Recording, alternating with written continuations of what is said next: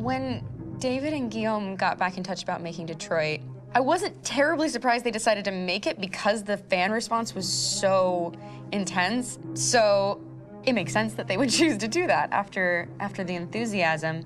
It was a challenge, and it was just an interesting thing to get my head around how to approach this character now as a different, much older person, and whether or not she had changed. And I'm very happy to say that with Detroit, I've had the opportunity to see Kara grow so much more than I ever expected. You do the housework, the washing, you cook the meals, and you take care of... God damn it, where the fuck's the rat gone now? Alice! Alice! I mean, she starts out essentially how she does in Kara in a very, not robotic, but, you know, android other way. And getting to take this journey where she becomes more and more human as it goes on. You know, and as an actor, that's a wonderful exploration in every way, whether it's how she sits, her posture, how her voice changes, how emotions change, and how much emotion is based on things like empathy and social experience. And so having, you know, as much material as I got with David to have this huge, nuanced arc was really incredible. Why couldn't we just be happy? This experience has been quite different than the experiences I've had shooting film or TV or doing theater work. I have 83 dots on my face and a really flattering black wetsuit type thing, and you're jumping around with props, and it's kind of like being a 10-year-old imaginative kid, which is fun. There's 80 cameras around us. It's already lit. So we just shoot and shoot and shoot and shoot and shoot. There's no change of sets, there's no hair and makeup, there's no wardrobe, so we move really fast, and we'll go through about 35 pages in a day. Working in TV or film, we'll probably do 6 pages a day.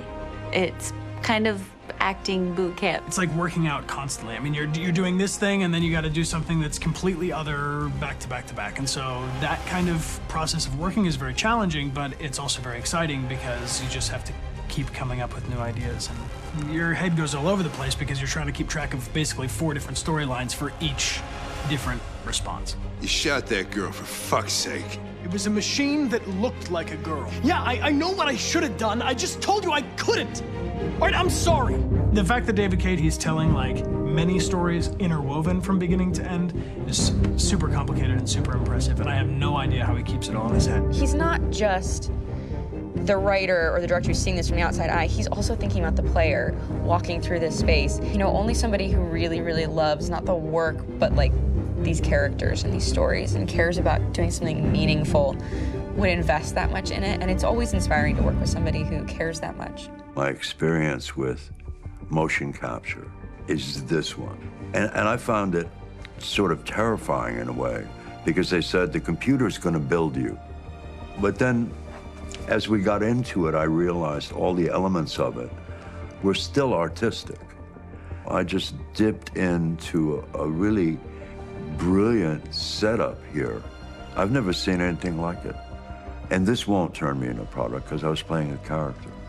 So it's wonderful. In the game, Detroit comes back because of a revolutionary industrial rebirth. And there's no reason why that can't happen in Detroit, because they have such tremendous infrastructure for millions and millions of people who can very easily support, you know, a new industry. The city is really strong and resilient, but the city has also been through so much. You see the damage. But it takes that time of kind of rebuilding and reinvesting into the city that I think is happening slowly but surely. The potential of Detroit as a city is something that this game does a lot of justice to, because it would be easy to look at Detroit as some place that used to be, and that's not the case. This game provokes a lot of conversation and reflection on our potential near-future engagement with machines. That's what we are to them. There's merchandise on display in a shop window. I think that a group that feels marginalized, feels like they deserve and have earned access to themselves and the environment around them, and are trying to figure out a way to articulate how to get freedom. What was I designed to be? Their slave? Their toy? It plays with your comfort levels. You think that this is fine, you're comfortable with it, until something blurs the line and throws you off, and now Do I feel differently about whether this should be allowed? Should it be banned? Should it be encouraged? You're gonna ruin our lives, and for what? For a bunch of machines? They are not machines! They are alive! I'm alive! You're alive! They're nothing! There are lots of comparable comparisons to any type of persecution of religion, race, etc., dating way back. It can't just be a video game where you shoot 'em up or where people make these choices to do whatever. I think that's the whole point. You have the choice, and you can either choose to go in one direction with your character or another. And I think that's going to be very telling about the gamer. Very telling. I think there's going to be a really strong reaction to this game, which has such a strong perspective. I'm that much more proud of it now to get to be a part of it because it's important. In this game, you're actively building and designing the character through not just what kind of shield does he have or what color hair does she have, but like their temperament and the way they deal with problems. The different endings to this game are so radically different based off maybe seemingly insignificant choices in the moment, but like life, they all add up. And can't play life again, though.